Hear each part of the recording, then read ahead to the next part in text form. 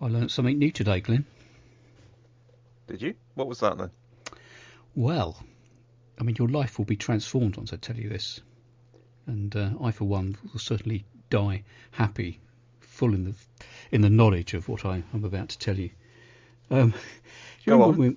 We went to Fifield Down and we were doing the recording. Yes. And right towards the end, we were standing in front of Delling Copse, and something started making a mysterious noise, and the barking.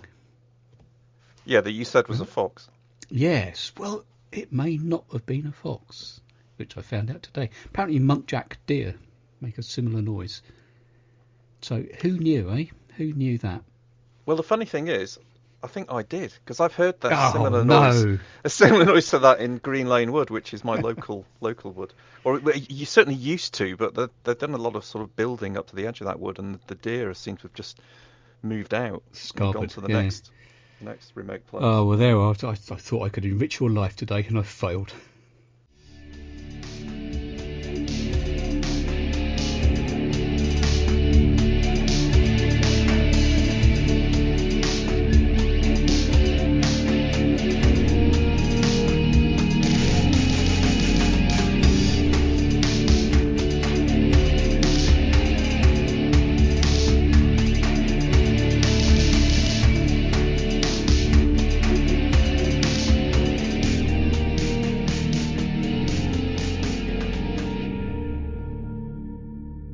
Okay, welcome to another Hidden Wiltshire podcast. I've lost count now. 14, I think. 14, it is. 14? How did we get to that many? I know. Anyway, the good news is we aren't running out of things to talk about.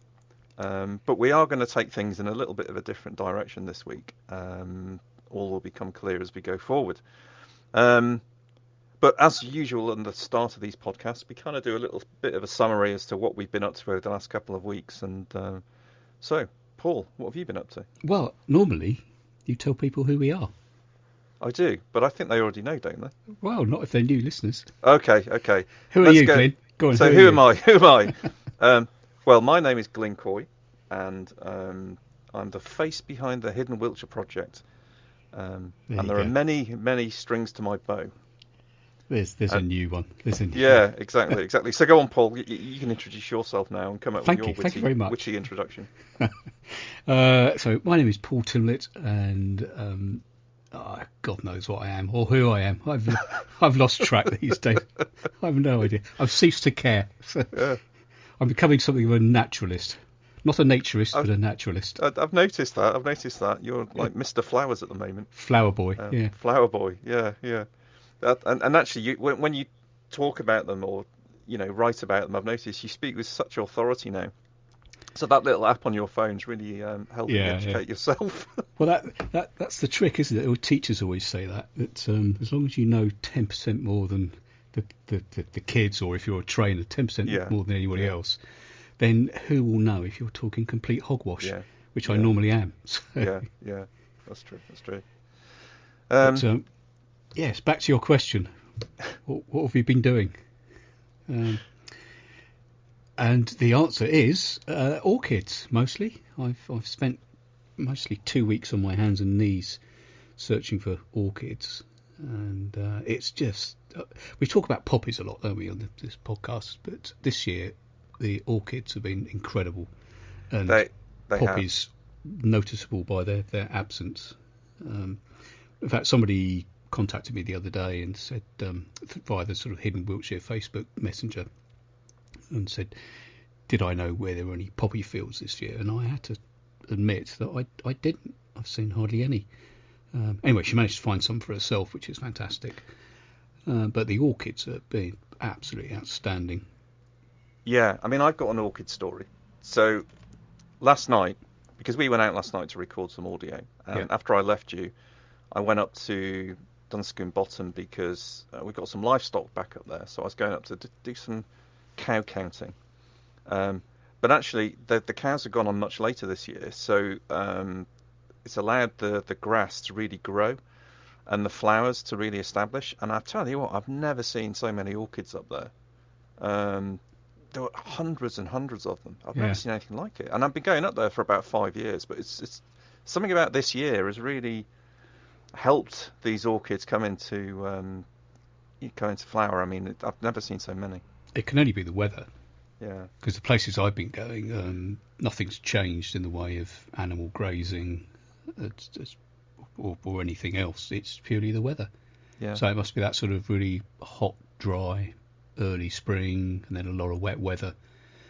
But so I mean, I spent the last couple of days just sort of, well, a couple of hours each day, sort of roaming around Milk Hill. Mainly, I was looking for Early Gentian, which are super rare. I mean, they're very, very difficult to spot, but very few of them around.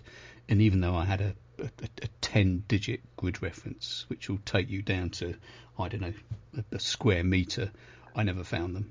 So I spent probably a total of about 4 hours grovelling around in the grass. But all around me, I mean, it was almost, you get blasé about the orchids that were just absolutely, I mean, thousands upon thousands. And because it's all chalk grasslands, they're probably you tend to see the same handful of species. Well, certainly I did. So you get sort of common spotted, fragrant, pyramidal, I can never say that word, bee orchids. Those are the main ones that I've been seeing. And I've seen posts on Instagram, people finding others like frog orchids and a whole host of others. But you do see the same ones in the same place sort of year after year. It's not often you see a sort of an interloper. Yeah, I mean, at Dunscombe last night, it was mostly common. Well, all I could see was common spotted orchids. Yeah. Lots of them. I mean, I'm going to go back on Friday to kind of spend a bit more time there and see what else is there. But I mean, I know in the past you used to spot the odd one as you walk through the grass, but they're just everywhere now. So I've been doing a couple of interesting things. I've been scouting out a couple of new walks to put on the website. One was the Coffin Trail from West Ashton to Steeple Ashton, which is a fabulous walk actually. It looks lovely. I mean, your photographs are superb. Yeah, it's just because you're walking through those fields. It's not too hilly; it's quite flat. But to your left, you actually get a really sort of, because you're higher up than the town of Trowbridge, you're kind of looking down on it. But it looks like Trowbridge. That doesn't look like Trowbridge. It's quite a rural scene. So it's just an interesting angle on it. And then on the other side, you look across and you're looking straight across to the escarpment of Salisbury Plain. You see Picket Hill and Bratton Camp, and it's very dramatic. And then you've got the lovely wheat fields, and it's just perfect. So I'm going to write up a blog about that. And the other thing I did is I went exploring around the Gallops at Beckhampton and did a sort of circular walk up towards Cheryl Down and back down the Roman Road. And again, brilliant views of the hills as they go across to Pewsey with you can see the Wansdyke snaking up the hill. At one point you got a straight on view of the Roman Road pointing straight down to Silbury Hill. Very nice indeed. Yeah, I had a sort of sneak preview of your photo. Well, we all have on Facebook, and it's just looks stunning. So looking forward to that blog. And not too many people there either. No, which is always a bonus. But it's such a big landscape that it's very easy to lose yourself in there and not see anybody. Yeah. It's the glory of Wiltshire. I think the other thing I've been up to, as you know, is another shameless plug. The Marlborough Open Studios that Steve Dixon, who does the music for the podcast, and I and a guy called Alan Cowley, we're exhibiting our photographs together at Marlborough Open Studios, which opens this weekend. So it's all a bit manic at the moment, sort of last minute preparations for the opening, and we're trying to do something a little bit different this time, which is proving a bit of a challenge. But by the time this comes out on Sunday, it'll be day 2 of Marlborough Open Studios. So for those that don't know, Marlborough Open Studios is an art trail, and there's something like, I think I read something like 70 artists of all sorts exhibiting, and they exhibit in their own studios dotted around the sort of Marlborough area. So it's quite good fun to actually plot a route from one studio to the next. So you can go on the website or pick up on the brochures, which seem to be everywhere, and sort of plan your tour of the studios. It's a nice way to spend a day or a weekend. Right, anything else to report? I don't think so, so we can go straight into the meat and bones of this week's podcast, which is about Wiltshire Clumps.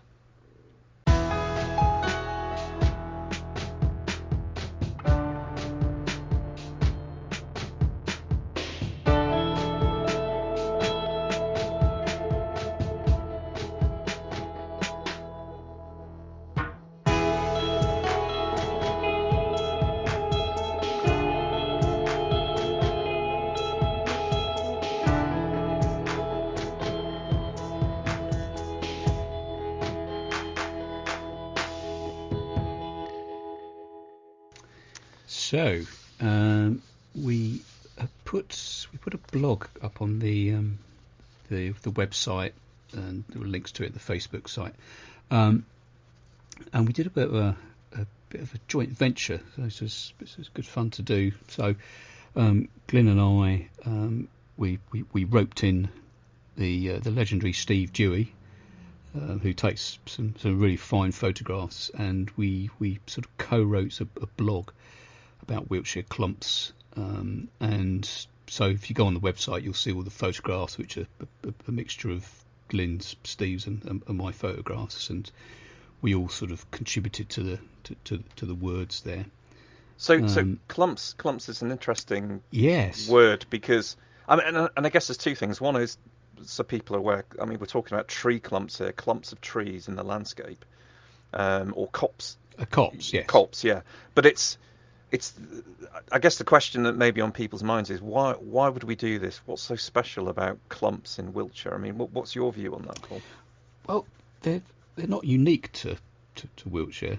As you know, I grew up in Sussex, and from what I can remember, we called them clumps as well. And the sort of favourite of mine over there was Chanctonbury Ring, which is quite famous, which I believe is also sort of beech trees, but here they're really sort of ubiquitous in the Wiltshire landscape, and they are generally beech plantations, small plantations of beech trees, but not uniquely so. I mean, one of them we're going to come on to talk about is I'm not sure they're beech or not, but we can talk about that. But it's interesting to sort of look at the reasons why they're there. So these are generally small stands of trees standing on the mostly on the top of a hill, but certainly in a very prominent position so that they can be seen right across the landscape, and a little bit like barrows, burial mounds, which are there to be seen. And a lot of the clumps were planted in the mid sort of around the mid 19th century, and they were purely for decorative reasons. They were sort of ornamental plantations, so planted by the landowner, and there to be seen. Now, why they all sort of sprung up around that period, I'm not sure, and somebody can probably tell us that they weren't all planted then, and there have been plantations since. In fact, I think Chanctonbury Ring, which I referred to, was planted, although it's Sussex, but I think that was planted in the early 20th century. I think it was planted by a guy whose son was killed in the trenches in the First World War, and he planted the trees up there as a sort of memorial to his son. So I'm sure there are some like that in Wiltshire as well. Yeah, maybe it's just one of these things. It could be an idea that just caught on and became fashionable and something for people to do with their land. But it's the thing that I find interesting about them, and other people have confirmed this since the blog post went up, is that they become like an anchor in the landscape for people. You may not even know what the clump's called or where it is, but you see it when you're travelling through, and it becomes a familiar feature. Maybe when you're travelling home, when you see that clump, you know you're almost there. It's one of those things that just capture the people's imagination in a really interesting way. And it's almost like sort of a navigational point as well, because you can see these things from such a long way away. Yeah, I know over my side of Wiltshire I use Firs Knoll as one of my sort of anchors, because you can see that from so many different places. Yeah. And that's a neat segue into a little recording we made last night over at Firs Knoll. Yes, we did. We went into the very creepy and slightly surreal Firs Knoll and went inside and had a look around. All right, so here we are at Firs Knoll. Creepy looking place. Yeah, and even though it's the evening, but it's not that late, and absolutely nobody around. And we're standing in a field just to the side of it, trying to work out which side, west, sort of to the west, northwest, and it's we can hear a couple of birds singing out here, but in the wood, nothing. It just looks so dense and dark in there, actually. Yeah. And the thing that strikes me about it is if you look from here, you can see it's almost symmetrical. Yeah. It's very curved. The tree, it's like the canopy. The canopy it's almost manicured, but it's not.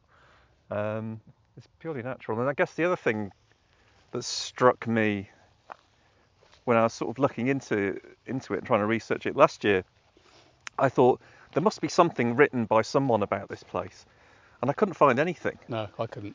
I think there's been very little archaeological research done in it, but I just thought it's so prominent in the landscape that there must be some story behind it. But then I realised it's probably not, as a copse, that old, because it's got beech trees. It's just getting into the copse now. It's quite dark, isn't it, already? It's very dark.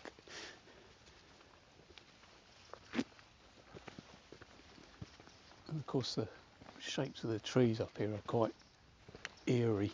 Yeah. They look like what's that? Is it Lord of the Rings, or where the trees are alive? The Ents Is from Lord of the Rings. Yeah. We do know that some people have been using this place for some kind of pagan rituals. Yeah. Because people have found animal heads strung up on the trees, which is and quite buried creepy. in holes in the ground as well. Badger's head in particular was buried in a hole in the ground. And the other thing I find interesting here is you can see it's big undulations here, and it's quite hilly. Yeah. But from the road, it doesn't look like this. It just looks quite uniform. Yeah, it just looks like a rounded hilltop with a bunch of trees plonked on top. But those tree roots are amazing, aren't they? Yeah, this is a bit like it reminds me of Folly Wood. That tree there with the headless horseman track. It's a sort of classic beech tree roots. Yeah. So the sun's sort of going down to our right, and we're looking down into this sort of great sort of bowl, I suppose you'd describe it. And even though the trees are quite thick and it's quite dark in here, there's a great sort of shaft of light, sort of lighting up one side of this bowl. It's quite striking. It's strange, isn't it? Because you can see the prominence that the trees are planted on is higher than the surrounding land. It's like a mound in itself, which is very strange, isn't it? Yeah, well, but I believe it is natural. I don't think this is man-made. Well, I can hear one bird. Yes. Not that many in here, though, are there? And there never are. You come up in the daytime, it's very, very... They must know something. Yeah. There's sort of a vibe about it. Yeah. Yeah, that sounds like a blackbird. That's pretty much all we can hear.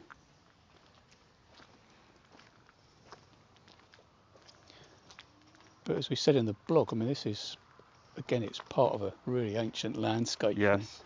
So we're looking now across, sort of through the trees in the sort of direction of Avebury, and the landscape there's just everywhere you look. There's mounds, long barrows, round barrows. I believe there's a bowl barrow a couple of 100 yards over that direction. That's right. Yeah.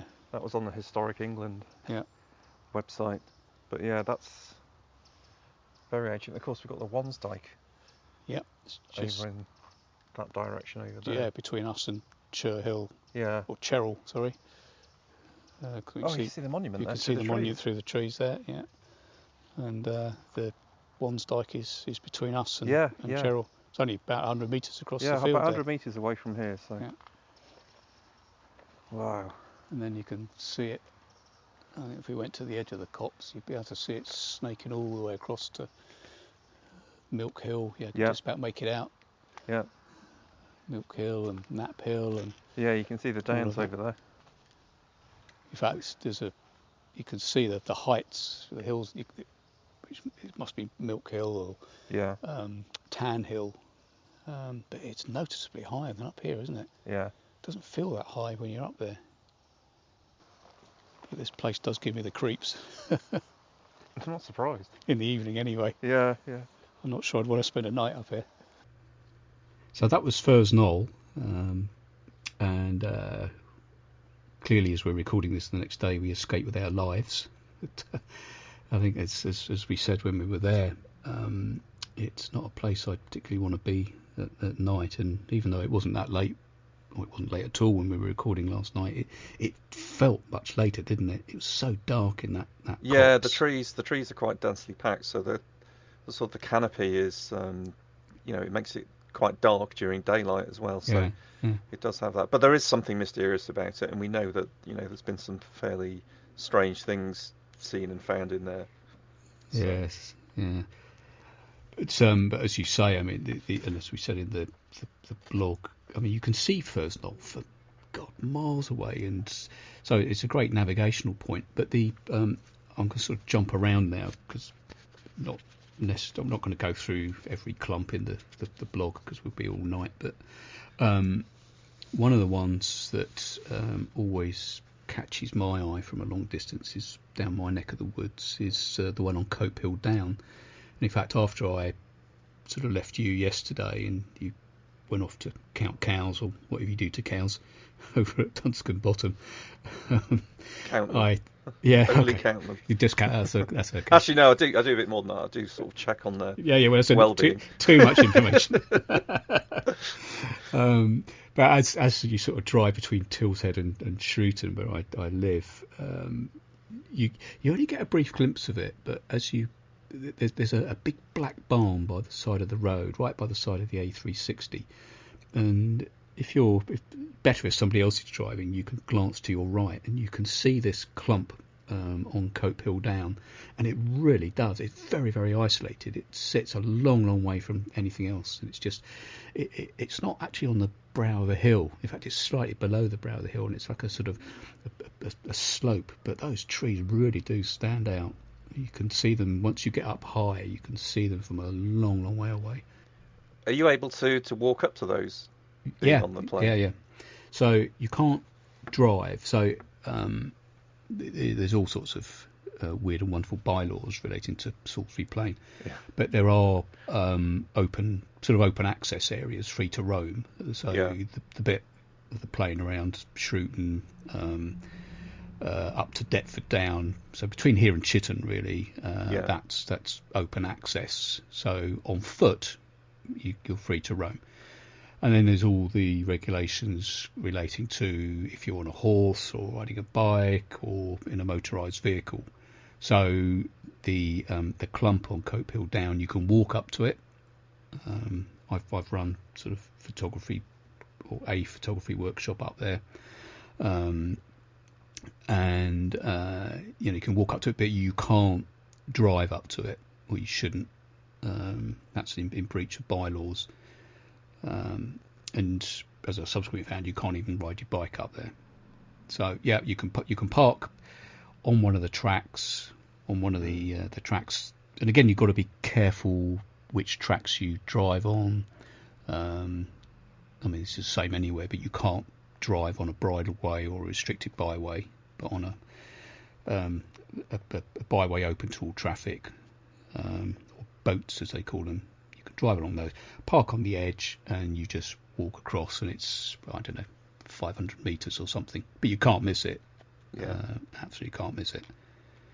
And as you saw from the photographs I posted, I mean, God, it's wild up there. It really is. In bad weather, it's a place where you could be in Siberia, you know. Yeah.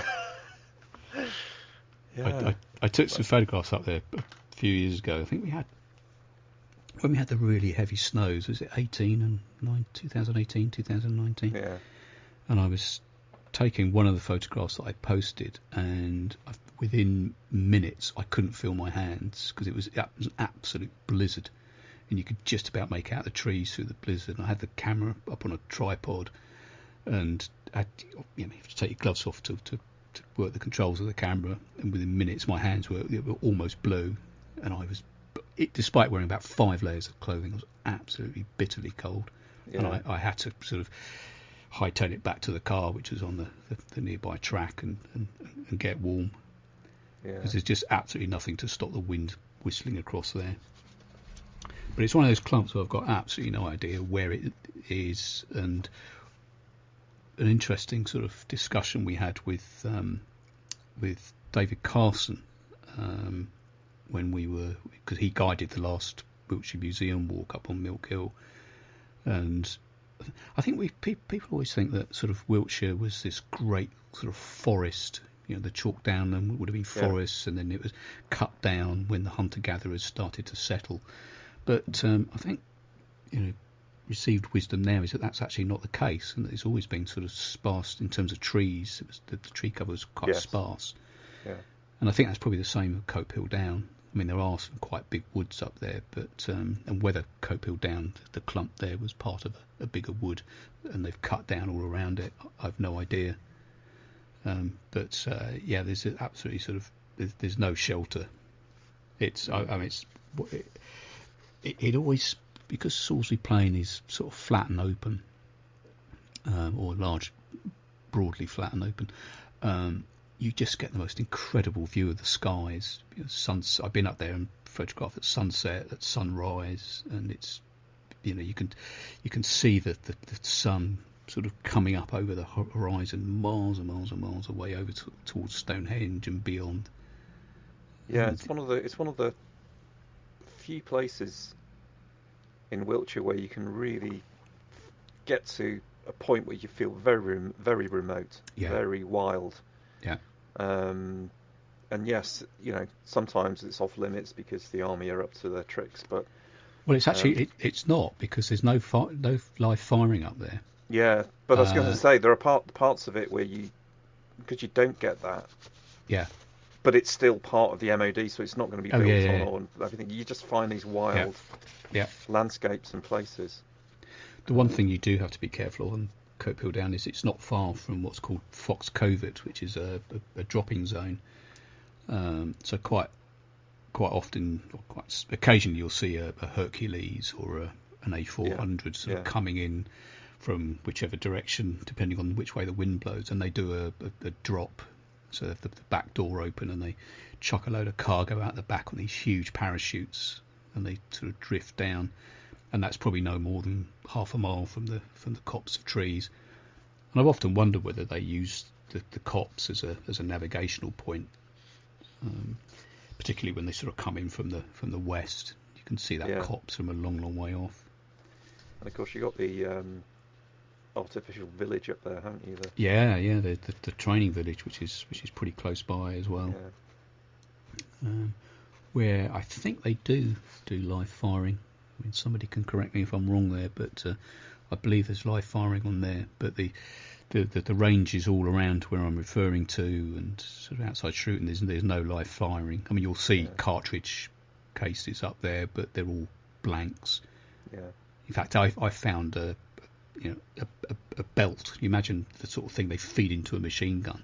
Yeah. I actually found a belt full of cartridges just outside Shrewton the other day, and as you do. They hadn't. Yeah, as you do. Yeah, and it was right. It was right on a restricted byway as well. So I sort of phoned range ops and said, maybe you ought to come and remove these. This sort of delightful. It was an army guy came up and sort of removed them, and just as he got there, a friend of mine who I hadn't seen for about a year, just by sheer coincidence, happened to appear on his mountain bike, and he lives in Westbury. He was miles from home, and he was about to ride over these cartridges. So I sort of stand there and block the way, and he said, "Bloody hell, where did that lot come from?" But they failed to fire because you could see the end cap hadn't. It wasn't. It was there was no sign of sort of percussion there. And then the ends of the shells are all sort of crimped because they've They put wax in the end, and that's why they're blanks. So you find that sort of stuff up there quite a lot. But what else should we talk about? What's your favourite clump? I think I know the answer, but go on. Well, I've got a few, but I think one of my favourite enduring ones is Tinhead. Yeah. I knew you'd say that. Yeah, and I think it's because it's close to home. I can see it because I'm in sort of on the outskirts of Trowbridge on the Hilberton side, and I'm in a dip. So when I look out my sort of front door, I'm quite close to Patscroft Brook. So I'm right at the low end of the land. But when I walk up the road and then up the hill towards Hilberton and look back, I can see the escarpment, and I can see Tinhead. So it becomes like one of my anchors in the landscape as well. So, I've got Furze Knoll on one side and then Tinhead's another one on this side. So you can see Tinhead all the way over to sort of Seend and Devizes Way. You can see it all the way from Bradford on Avon, actually, because I was up there a few weeks ago at on the top of the hill where there's a row of houses called the Tory. There's a nice little chapel there with a bench where you can sort of sit, and you get an unobstructed view all the way across to the escarpment. You can see the Westbury White Horse, and there you see Tinhead. Wow. This tree clump on top of a long barrow, and it's I've heard some people refer to it as a sort of hedgehog shape. Yeah. Because it does. It's got this it looks like it bristles of a hedgehog over the top of the long barrow, which gives it this nice shape. But yeah, I love it. I go up there in all weathers, and I've seen it in all seasons. And whether it's surrounded by rapeseed or wheat in the summer, and whether it's just bare and bleak and brown, and by a ploughed field in the winter, and covered in snow and frost as well. It's just a place I always go back to and just look at. And it's a strange one because you can't walk up to this one because it's in the middle of a field. No, that's right. It's cultivated all around it, isn't it? Yeah, they've cultivated all up to the edge, and it's fenced off. I did sort of put my drone up and kind of cropped a shot in just to get a look at it from different angles. But it looks magnificent. It's one of my favourites. Yeah, and it's got me thinking about the number of clumps that do have burial mounds at their heart. Yeah. And I think one of the others that I mentioned in the blog was New King Barrows on actually very close to Stonehenge, which is I think there's only 4 beech trees there, and whether I suppose it's a clump, it doesn't really sit on top of it's not in a prominent position, but again, because there's no trees immediately around it, it does stand very sort of, it's very prominent in the landscape, and sort of right in the middle there is a burial mound, and everybody tends to head for the New King Barrows, which is right by the A303, where I think there's a lot more trees there and a lot more barrows, but that's newer, as the name suggests, newer than Old King Barrows. Yeah, so this is Old King Barrows, which is slightly less well known, and actually the way you look at it, it's the photographs you put up are interesting because it really does look like the trees are kind of guarding the barrow. Yeah, absolutely. But somebody, I forgot to reply, but somebody asked on the Facebook page when we posted the pictures whether that's because I think the New King Barrows is also, I don't know if it's a separate stand of trees or one part of New King Barrows is called Nile. I think it's called Nile Clump because the position of the trees was laid out, something to do with Napoleon's ships during a great sort of sea battle between the English and the French. So I think it's called Nile Clump. I may be wrong there. But yeah, there's always quite a lot of people there because they come up, they can see it from Stonehenge, and they walk up from the stones across the fields there next to the A303. Whereas Old King Barrows, you've got to walk that bit further, and a lot of people just don't bother. Yeah. But there's another clump that I didn't include in the blog, which just occurred to me the other day, which you also know of because I know you've walked past it. It's Corton, the clump just on the hill above Corton in the Wiley Valley. Yeah. And there's a clump of trees there, and again there's a barrow, there's a burial mound in amongst the beech trees. Similar to Tin Head, you can't walk up to it. It's in the middle of a cultivated field. It's interesting though, because there's quite a lot of examples of trees growing on barrows across the whole of the Wiltshire landscape. Yeah. And I know that West Kennet, before it was basically refurbished and open to the public in the last century, that had trees growing across the top of it. I've seen photographs. And of course, East Kennet Long Barrow is covered in trees. But again, not many people find that because it's on private land and it's not been excavated. It's just a picturesque, long barrow covered in a tree clump. Yeah. You can photograph it from, because I've done that from West Kennet Long Barrow. I've stood on the top and got my zoom lens out and zoomed in on East Kennet. And it's a really nice looking clump, actually. I didn't think about that one. I forgot about that one when we were doing the blog. Well, I think the blog was never meant to be exhaustive, was it? It was just... No, it was. We were going to choose our favourite ones, and we knew we weren't going to cover them all, because I know when I put the post on Twitter, there were some people, from over by Oldbourne that way in Swindon talking about there was one over there that they were fond of, and there's so many. Yeah. But just thinking about the others, there's another favourite of mine is Summerslade, one on Summerslade Down. Yes. Which we do talk about quite often, or we have done recently. We could see it the other week when we did the Titherington and Sutton Venie walk. And you can see it. You can see it from the A350 as well. When I drive down to Bournemouth to see my son, I glance at it as I go and always point it out, because of course I know it's seeing it from the A350. You know that's the clump is like a gateway into that wonderful part of the landscape up by the Deverells. It's just so picturesque. And of course, as we said in the blog, if you're down at Brixton Deverell, you just look up these trees on again, they're not quite on the summit, are they? They're just sort of on the slopes of the hill. Yeah. So you can only really see them from the east. If you go to the west, and even quite close. I mean, the first time I discovered them, and I was chatting to a farm worker up there who was sort of pointing them out, and I thought it was a bush. All I could see was the top of this beech tree, sort of poking out above the slopes of the hill by that sort of artificial stone circle, or the modern stone circle up on Summerslade Down. And it's not far from there, and all I could see was the top of this tree, and he said, no, that's where the right of way goes. If you go across there, and then it's sort of as you slowly come over the brow of the hill, and then the sort of you start to see the clump, but you don't get as good a view of it as you do from around Brixton Deverell, or indeed where we were above Sutton Venie.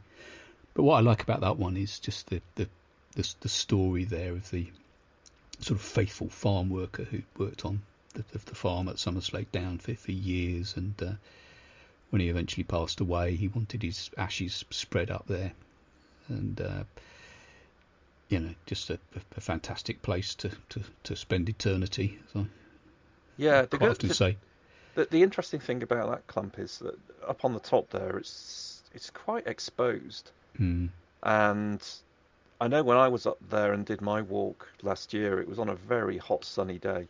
Yeah. So it was like a bit of welcome shade. Yeah. And of course, when I got there to stand in the shade, I was surrounded by about 200 sheep who were also using it as shade. And you got this fantastic black and white photo that you took of the sheep under the trees, and it's one of these shots that's perfect. It could be taken anywhere. You could have taken it in Crete or somewhere, Yeah, exactly. I've never been to that part of the world, but when I looked at it, I thought, God, this could be Greece or one of the islands. Yeah, just seeing the livestock taking some shelter from the hot sun. Very nice place. But again, it was like when you went, it was a baking hot day, even though it was springtime. Spring last year, which we all sort of look back and think, we were locked down, we couldn't go anywhere. But I spent a couple of months sitting in the garden getting burnt. Yeah. Another clump, which again we've seen quite a lot of recently, is Woodbury Hill. Yes. So, yeah, we've been over that way quite a lot recently, actually, haven't we? And certainly the last 2 days searching for the elusive Early Gentian on Milk Hill, it was sort of always there. Its presence just sort of it's I'm trying to think how far away from it. It's probably only about a mile or so, a couple of miles at most. But you're always aware of the clump just sort of looking at you from afar. Yeah, I see it as well when I'm driving towards Avebury. When I go through Devizes and on that road that takes you to Beckhampton roundabout, as you glance to your right to the Pewsey Downs, you can clearly see Woodborough. Yeah, you can see it from there. It stands out. Yeah. And actually, it doesn't look too far away. And as I was driving up yesterday, I drove through the village of Woodborough, and as you sort of come through there's a 20 mile an hour speed limit around where the school is. Once you get past the school, in fact, the last 2 days I somehow managed to go past just as the school was turning out. So you really got to keep your wits about you. Lots of little kids running around, which is, thank God, there's a 20 mile an hour speed limit. Yeah. But as you sort of get through the other side, heading north, and you're still in a 20 mile an hour limit, even though you're well past the school, it is an opportunity to sort of look just sort of half right, and you can see Woodbury Hill there. So you get a completely different perspective of it, and you're certainly my eye leads more towards the hill than the trees and the shape of the hill there. Whereas from the other side, the hill it's not lost. But I don't know about you, but if I'm on Milk Hill or Knapp Hill, my eye is always drawn to the clump on the top. Yeah. But if you, as I said in the blog, if you sort of position yourself right, if you're on Milk Hill or around that side to the north of Woodborough, the trees do sort of sit above the horizon. So it's great for photographs. Yeah, it's also next to a curious hill called Pict Hill. That's right. Which, when you see it from below, looks a bit like Silbury Hill, really. It's kind of very steep and almost like it's been dumped in the landscape. But it's one of those places, it's there, I know, but I've never walked up there because I don't think there's any public footpaths or rights of way up to. No, there isn't. That's my sort of mini rant in the blog was about the sort of access to Woodbury Hill. I mean, there literally there's one path, and the last time I went up there, it was just an absolute quagmire. It was unbelievable. Yeah. And it comes up from the canal to the south, and you have to walk up this path, and you get to the trees at the top, and you can have a bit of a wander around the trees, and there's a bit of meadow to the north of the trees, but everywhere there's private signs. And, say they run a shoot up there, so you have to up and down the same way.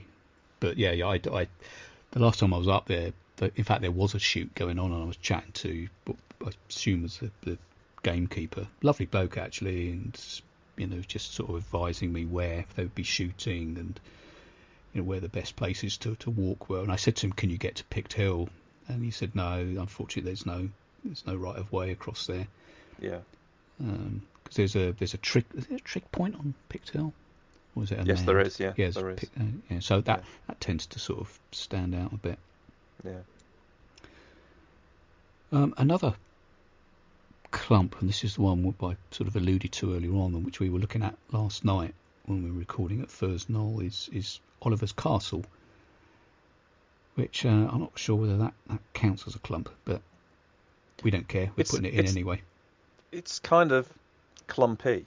There is this kind of, but there are a few individual trees that are scattered around as well that stand out. So it looks like a spread of almost like feathery trees from a distance, which because again you'd assume in the past if these places were forested there'd be more up there. But I think the fact that the hill is quite exposed, there's probably a lot of wind that comes up through the local area, and I would imagine it's very hard for trees to thrive up there. And actually I've got a photo, I put it on Twitter a few months ago, I've got a photo that I took of the trees from one angle that was next to an exact same screenshot at the same view from the film 1984 with I think it was Richard Burton in it. Yeah. John Hurt and Richard Burton are stood in the shot looking around. Yeah, looking around a hill, and the trees haven't grown. They're exactly the same height in both shots, even though it's 84. I don't know how many years. I can't do maths so quickly. 30 odd years or something since the pictures were taken. Well, that's interesting because I'm just trying to think back now because every time I seem to go up there, it seems to be winter, so there's no leaves. I mean, the trees are still alive, I assume. They are, yeah, they are still alive. But I've just occurred to me that what we should have done was look back at old maps to see if that clump was more extensive, whether there were more trees 100 years ago, and whether some of them have died back. Because as we were saying last night, with beech trees gradually sort of dying back in the south of England, and as they sort of migrate north with the isobars, whether any of them have already gone from Oliver's Castle. But as you said, from 25, 30 years ago, or 35, I can't do the maths either. Actually, if it's mid-1980s, that's about 35 years ago, isn't it? 37 years, isn't it? From 1984 to. Then if it was the same number of trees, that suggests that maybe they've not suffered at that point, or even now, from the migration of beech trees north. Although obviously climate change doesn't happen overnight, as we all know. But it's one of those places where it does get quite busy up there, doesn't it? There's a lot of people, particularly walking their dogs. They can walk around there. But I'd prefer to sort of look at that one from afar, really. Yeah, same here. You can get. I mean, I've got I think my photo on the blog post is of Roundway, Oliver's Castle, taken from the woodland on the other side. So it's the plantation. You kind of walk through the plantation, and eventually there's a kind of green open space that you find and from there you get a very good vantage point of the shape of the hillside and the fort. It's very flat on the top and then drops away quite sharply and steeply down. Hence the demise of Oliver Cromwell's horses and men in 1643. Yeah, he misjudged and went flying off the edge and to their doom. But I think I don't know. Oh, well, one more we should talk about before we finish is Steve Dewey's favourite, the Charlton Clumps. Yes, yeah, that was an interesting one because when you asked me about which clumps to include, I thought of Charlton Clumps because I've seen them so often, but I couldn't find any photographs that I'd taken myself. But I had seen some of Steve's. This is one of his sort of favourite places to go with his camera all year round. Yeah. I think he photographs a lot of. If anybody's on Flickr, Steve's got a great Flickr account, and he photographs a lot of the wildlife up that way as well. So sort of birds and what have you. Like the mysterious herd of red deer. Yes. Which I think is still out there. I don't know. No one knows where on earth it came from. Well, I saw somebody put a post on, I don't know, some social media saying, where have they gone? I don't know if they've disappeared. I don't know how you lose a herd of red deer, but they're so damn big. But I assume they're still up there somewhere. Yeah, maybe the owners found them. I don't know. But it was one of those things that this herd of red deer appeared and no one knew where it had come from and whether it escaped from somewhere. But Steve quite deliberately, when he wrote his piece about Charlton Clumps, it's clumps plural because it's not just the one stand of trees. In fact, he said that the Ordnance Survey map of 1901 shows 9 clumps. Yes. But I think the main in his photographs, and his photographs are fantastic. Of Charlton, there were just four trees that remain. I think it's a strange thing because on the map, I think on the 1 to 50,000 it says Charlton Clump next to a green clump basically on the map. But when you go into the 1 to 25,000, you've got several different Charlton Clumps all over the place. Yeah.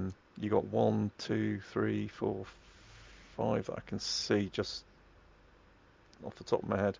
So, yeah, there's several up there that are worthy of having a look. Actually, I've misread Steve's comments. I think he said there are 4 clumps left. Right. So the photograph that he, or 2 photographs that he posted, I haven't got it in front of me. I can't remember how many. Actually, I can have a look. I think I can't remember how many. Says there's 4. There's 4 trees, is there? Let me have a look. Yeah, there's 4 trees. Right.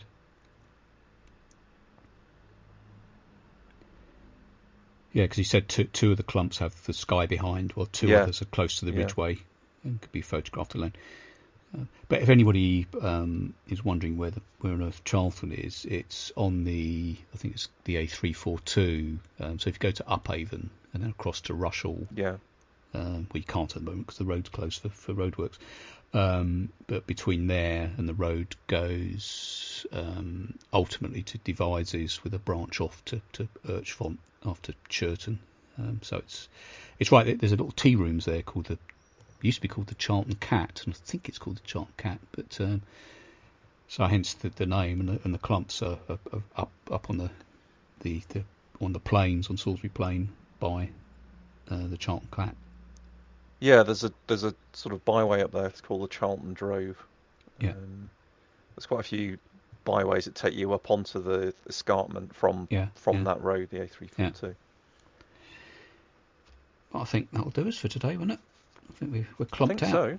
I think so. But I think the key thing is that, everyone's got their own favourite. If we missed any of yours out, if you're listening along and we missed any of yours out, obviously we apologise, but we could only do the highlights. But one thing that stands out for me, and I was thinking of this as we were talking just about Oliver's Castle, is a lot of these stand out in a landscape for miles and miles and miles. I mean, Oliver's Castle, I can see it from here, and it's really a good 9 or 10 miles away. I have to go sort of for a bit of a walk out into the fields, but I go up to there's a hill nearby here called Hag Hill, and I go up there and I can see all the way across to Oliver's Castle and all the way across the Pewsey Downs to Milk Hill, and I'm 15-20 miles away from amazing. there. Yeah. Right. Great. We can just do the usual wrap up. Wrap up. Do you want to talk about the next Wiltshire Museum walk? Yes, the next Wiltshire Museum walk is, and I'm trying to think of the date, but I think it's not this weekend, but the weekend after. It's going to be around 24th. Yeah. It's Box Hill. So that is going to take us from the bottom of Box by the Bybrook, which we talked about before when we talked about Castle Combe. Castle Combe, yeah, because the Bybrook kind of starts from up there, but it comes all the way down to Box, walking past Peter Gabriel's Real World Studios, and then up into the hills, up over the hills. It's quite steep and pleasant, but you get up walking over the top of the Box Tunnel, which was part of Brunel's design for the railway line, before descending back through forests and woods down into the village. It's not a long walk. It's just about 3.5 miles. It's just very pleasant, and as usual, lots of interesting history and stuff to talk about as we go. Actually, I'm wondering about the date now. Have I got that right? The 24th? Was it not before then? I think it is the 24th. It with something else. But as you're talking, I will quickly go and check. Bear with me. Well, whilst you're doing that, I will just remind people about the offer from Lower, L-O-W-A, or Lover, walking boots. I think the 20% discount offer is still live. So go onto the Lower website and put in the offer code HW20 for Hidden Wiltshire 20 for 20% off their boots. Thank you to Steve Dixon for the music. Another new one today. It's called Sitar Slink, as in the Indian banjo, whatever it is. So I'm not sure what that's all about, but thanks, Steve, for that. Have you found the next walk yet? Yeah. And as usual, we're giving out duff information. Yeah. Well, why break the habit of a lifetime? we're trying to give the impression that we're professionals at this, and then at the last minute we let ourselves down. There is a walk on the 24th, but that's Bratton and Luckham Springs. Yeah, that was it. Box Hill is on the 11th. 11th, yeah. So that is, I think that is a week on Sunday. Yeah, Yes. Week on Sunday at 2:30 p.m. So that'll be between now and the next podcast. Yeah. Perfect. And go to the website for show notes and links, and I'll put a link into that walk. And also, let's just give a bit of a teaser trailer for the next podcast, which will be an interesting one. Oh yes, because we've already recorded that one, and we recorded it some time ago. But yeah, we've got a special guest, which we won't. You'll have to listen to it to find out who it is. Yeah, we've got a special guest on, so for the first time we'll have 3 of us on the podcast in 2 weeks' time.